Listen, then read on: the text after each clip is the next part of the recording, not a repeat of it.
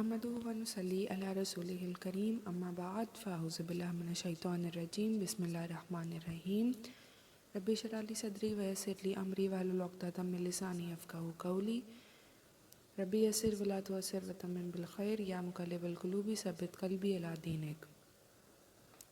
Today's ayah number 28 of Surah Yasin will clear many concepts that man who addressed his people got killed and now he is in Jannah.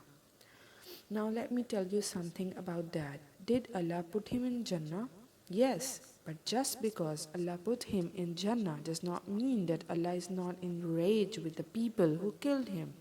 So Allah comes back to the earth while the man is chilling in Jannah. Allah is going to take his revenge.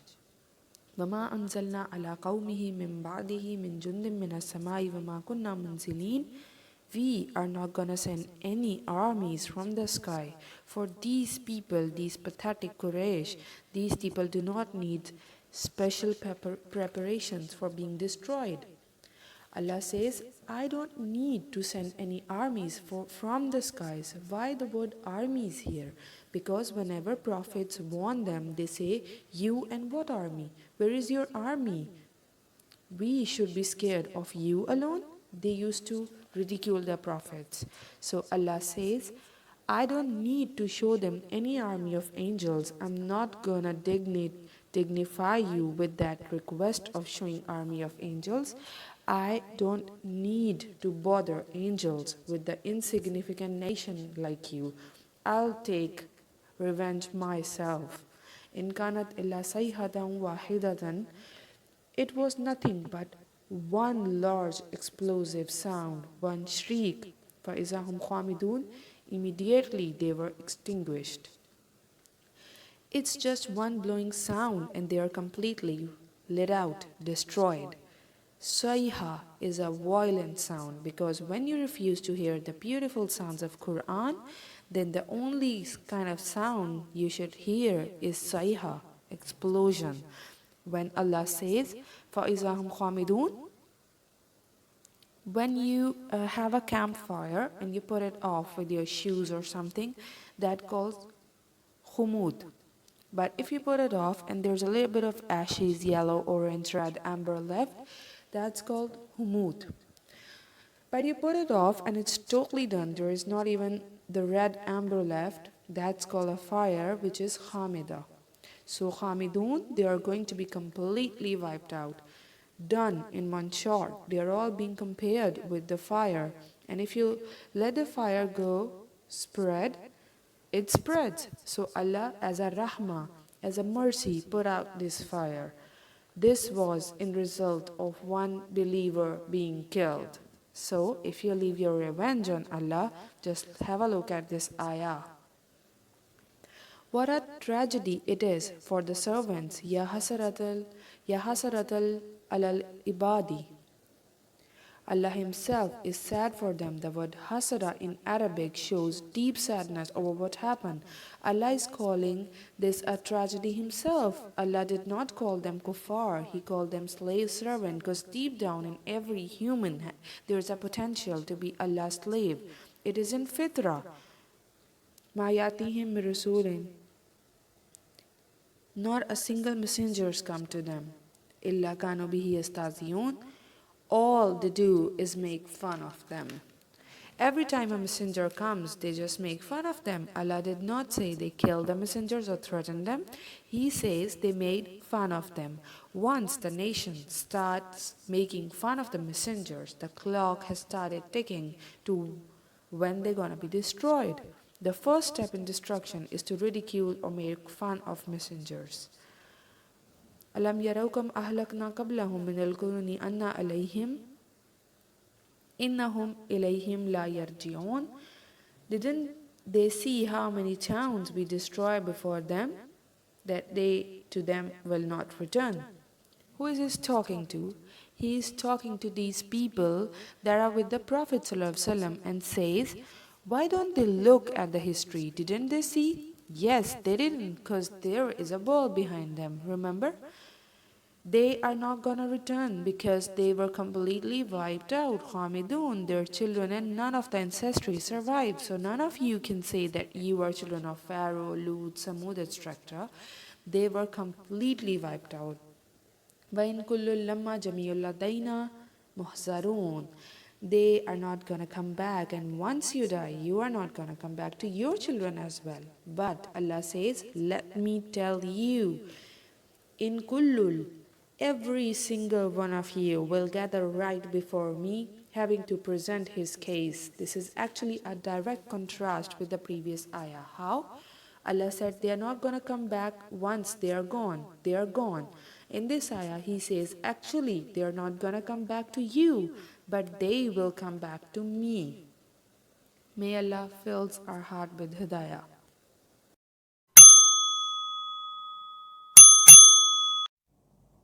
اعوذ باللہ من الشیطان الرجیم بسم اللہ الرحمن الرحیم السلام علیکم ورحمۃ اللہ وبرکاتہ رب اشرح لی صدری ویسر لی امری واحلل عقدۃ من لسانی یفقہوا قولی۔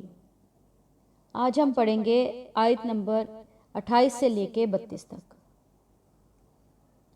وما انزلنا علی قومہ من بعدہ من جند من السماء وما کننا منزلین۔ ترجمہ، اور نہیں اتاری ہم نے اس کی قوم پر اس کے بعد کوئی فوج آسمان سے، اور نہ ہم اتارنے والے تھے۔ یعنی کوئی مدد والا لشکر نہیں آیا، کوئی فرشتے نہیں آئے، اور نہ ہمیں اس کی ضرورت تھی۔ اور کیا اترا؟ ان کانت الی صیحۃ واحدۃ فاذا ہم خامدون۔ ترجمہ، نہیں تھی وہ مگر ایک چنگھاڑ، پھر اسی دم وہ بجھ کر رہ گئے۔ یہ ہوتا ہے انجام اللہ والوں کو ستانے کا، رسولوں کے مقابلے میں ڈٹ جانے والوں کا انجام۔ اللہ کو کوئی لشکر کشی کرنے کی ضرورت نہ پڑی، کوئی فوج اکٹھی کرنے کی ضرورت نہ پڑی، سب ایک دھماکے سے بجھ کے رہ گیا۔ اللہ چاہتا تو فرشتے نازل کرتا، ان کے ذریعے ان کو ہلاک کرتا۔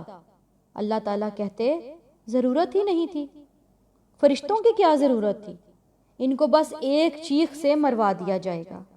اور یہ چیخ حضرت جبرائیل علیہ السلام کی تھی۔ کہتے ہیں اتنی زور سے انہوں نے چیخ ماری کہ ان کی روحیں ان کے جسموں سے نکل گئیں اور وہ بجھی ہوئی آگ کی طرح ہو گئے۔ خامدون، خامدون کا جو لفظ ہے نا، یہ خمود سے ہے، اور خمود کہتے ہیں کوئلوں کے بجھنے کے بعد جو راکھ بنتی ہے نا، اس کو۔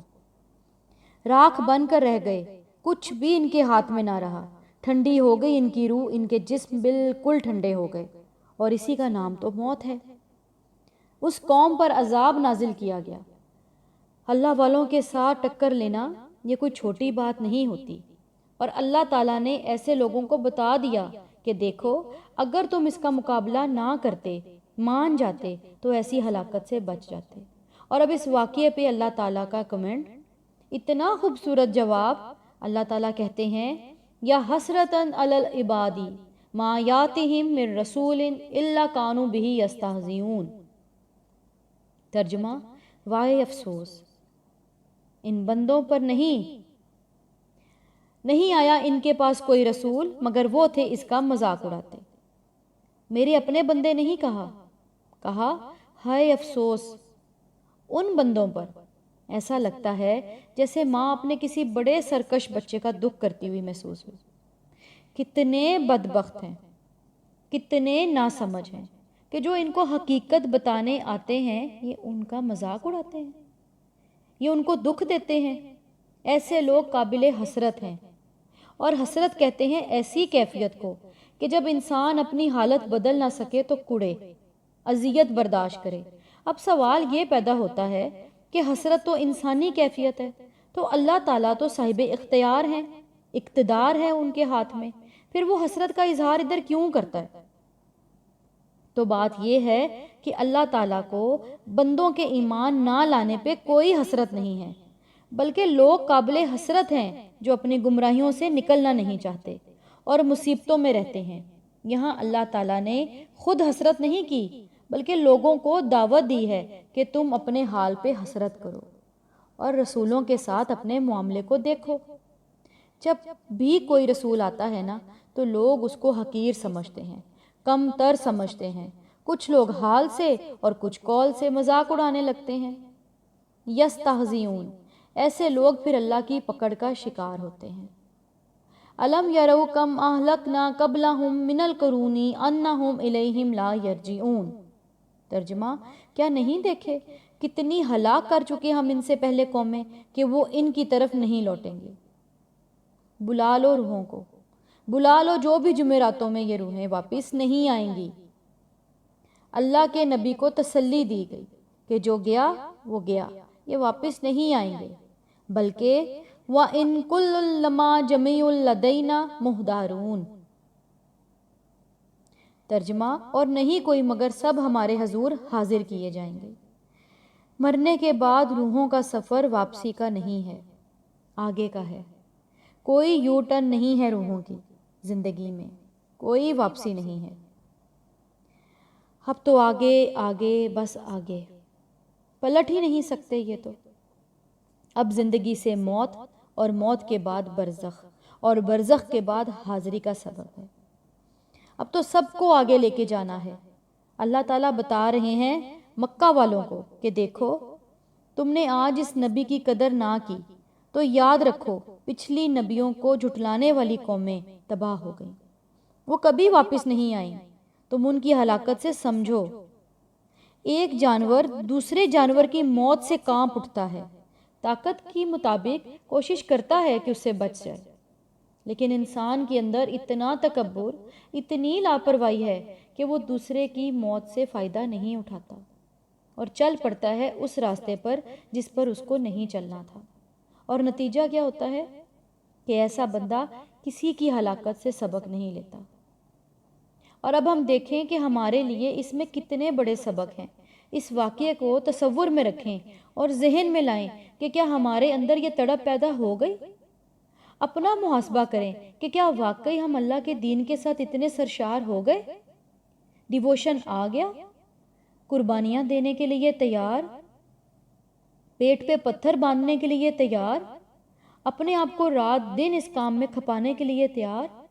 مخالفتوں کے لیے تیار؟